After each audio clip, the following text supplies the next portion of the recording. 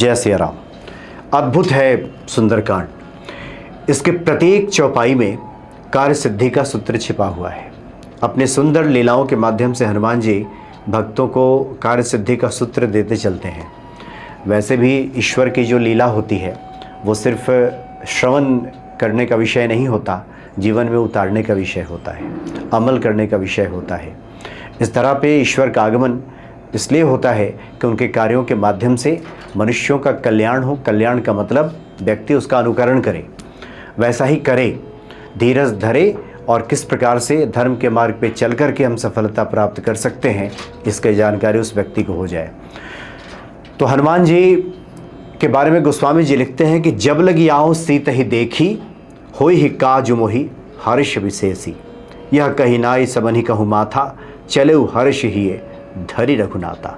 इस चौपाई से हनुमान जी अपने भक्तों को सूत्र दे रहे हैं और कह रहे हैं कि 4 महत्वपूर्ण बिंदु है, अगर इस पे व्यक्ति ध्यान दे दे तो उसको सफलता मिल जाती है, उसका कार्य सिद्ध हो जाता है, उसकी मनोकामना पूरी हो जाती है।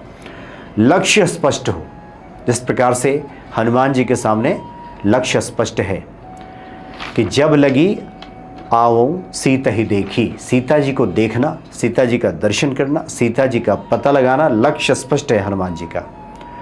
बड़ों का सम्मान, जो दूसरा सूत्र है वो बड़ों का सम्मान है।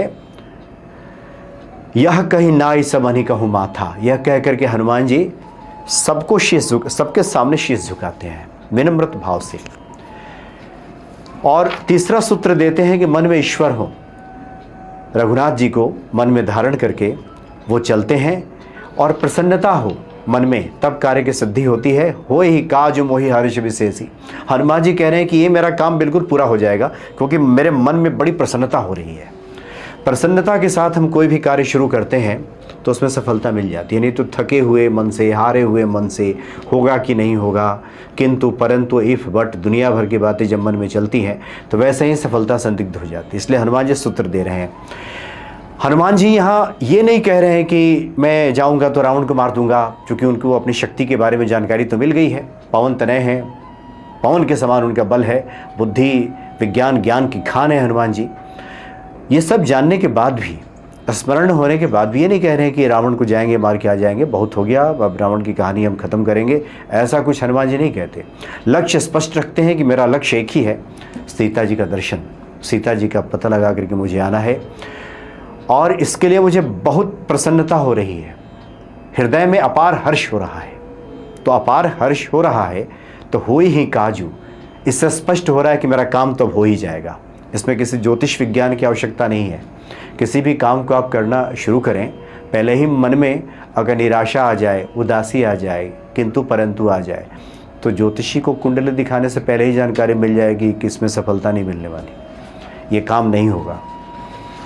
और ठीक इसके विपरीत मन में अपार हर्ष हो, प्रसन्न भाव से हम लगे हों पूर्ण विश्वास के साथ, तो बिन कुंडली दिखाए भी पता चल जाता है कि सफलता मिल जाएगी। ये सभी जो नवग्रह हैं अनुकूल हो जाते हैं। मन में जब प्रसन्नता का भाव आता है, लक्ष्य जब स्पष्ट हो जाता है, हम जब बड़ों का सम्मान करते हैं और ईश्वर को यानी रघुनाथ जी को, राम जी को जब हृदय में धारण कर लेते हैं और काम शुरू करते हैं, तो नवग्रह अनुकूल हो जाते हैं, सभी ग्रह की अनुकूलता प्राप्त हो जाती है। चूँकि यहाँ पे सीता जी की खोज करना है, सीता जी के बारे में पता करना है, तो सीता जी कौन है? ये भगवान की कृपा है, करुणा है, भक्ति की अधिष्ठात्री देवी हैं सीता जी, शक्ति हैं।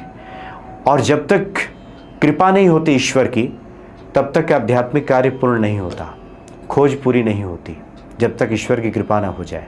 इसलिए हनुमान जी सूत्र देते हैं कि कार्य पूर्ण तभी होगा जब इन बिंदुओं पर हम ध्यान दें। चूँकि राम यहाँ परमात्मा है, सीता जी दिव्य शक्ति हैं, हनुमान जी जागृत चेतना है, समुद्र संसार है और लंका जो है ये माया है।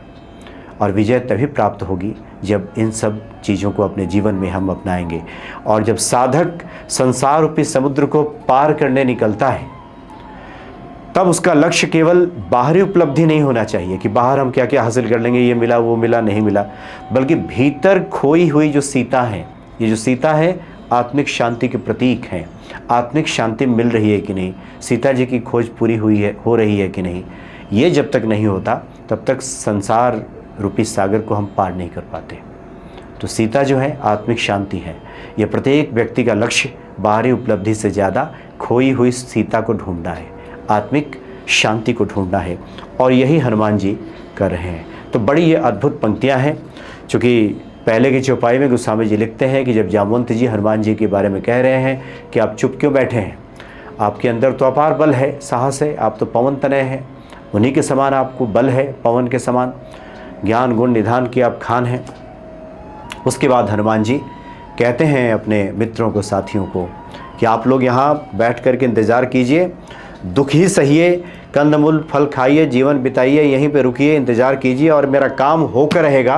क्यों? क्योंकि मेरे भीतर एक तो राम बैठे हैं और दूसरा है कि मुझे बड़ी प्रसन्नता हो रही है, बड़ा आनंद आ रहा है, बड़ी प्रसन्नता का भाव उमड़ रहा है भीतर। तो जब प्रसन्न भाव चित्त होता है व्यक्ति का तो किसी कार्य में सफलता मिल जाती है।